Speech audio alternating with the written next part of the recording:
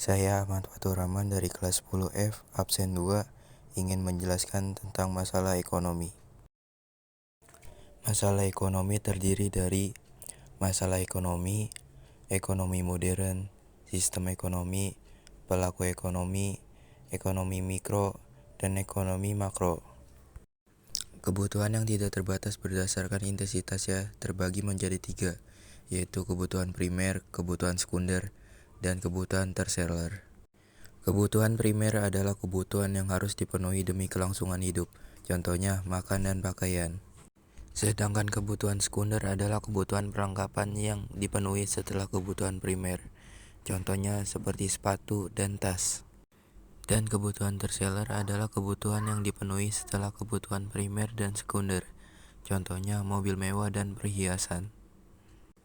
2. Berdasarkan subjek yang membutuhkan. A. Kebutuhan individu.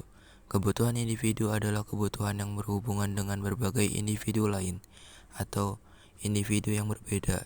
Contohnya, pelajar membutuhkan buku. B. Kebutuhan umum. Kebutuhan umum adalah kebutuhan yang berhubungan dengan masyarakat atau disebut juga kebutuhan sosial.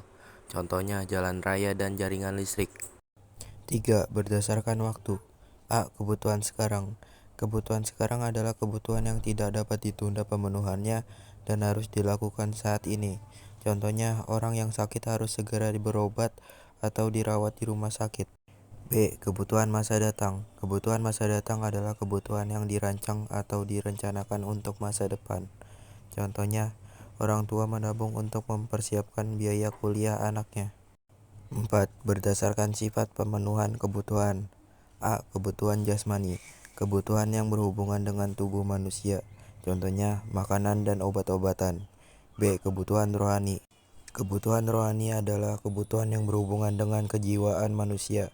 Contohnya, pelatihan keahlian kerja. B. Barang dan jasa. 1. Berdasarkan cara memperoleh. A. Barang ekonomi. Barang yang diperoleh dengan cara mengorbankan sesuatu untuk mendapatkannya. Contohnya, BBM dan alat-alat elektronik. B. Barang non-ekonomi atau bebas. Barang yang bisa didapat tanpa pengorbanan atau biaya. Contohnya, sinar matahari. 2. Berdasarkan kepentingan. A. Barang inferior. Barang yang pemakaiannya dikurangi jika pendapatan bertambah dan sebaliknya. Contohnya, barang kebutuhan pokok. B. Barang esensial. Barang yang sangat diperlukan untuk memenuhi kebutuhan dan permintaannya tidak signifikan dipengaruhi oleh tingkat pendapatan. Contohnya, barang tiruan. 3. Berdasarkan cara pengguna. A. Barang pribadi.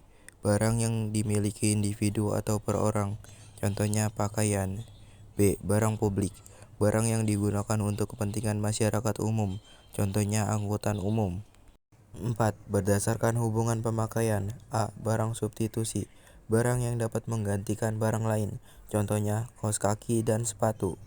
B. Barang komplementer. Barang yang kegunaannya bertambah. Contohnya, jagung dan beras. C. Kelangkaan. Kelangkaan adalah keterbatasan sumber daya untuk memenuhi kebutuhan manusia. Beberapa penyebab kelangkaan adalah 1. Keterbatasan benda pemuas kebutuhan di alam. 2. Kerusakan sumber daya alam akibat ulah manusia. 3. Keterbatasan kemampuan manusia mengolah sumber daya ekonomi yang ada. D. Masalah ekonomi mikro. 1. Apa dan berapa yang diproduksi. 2. Bagaimana memproduksi. 3. Untuk siapa diproduksi. Masalah ekonomi makro. 1. Pertumbuhan ekonomi. 2. Masalah ketidakstabilan kegiatan ekonomi. 3. Masalah pengangguran. 4. Masalah inflasi. 5. Masalah neraca perdagangan dan neraca pembayaran. Sekian dari saya, Ahmad Fatur Rahman. Terima kasih.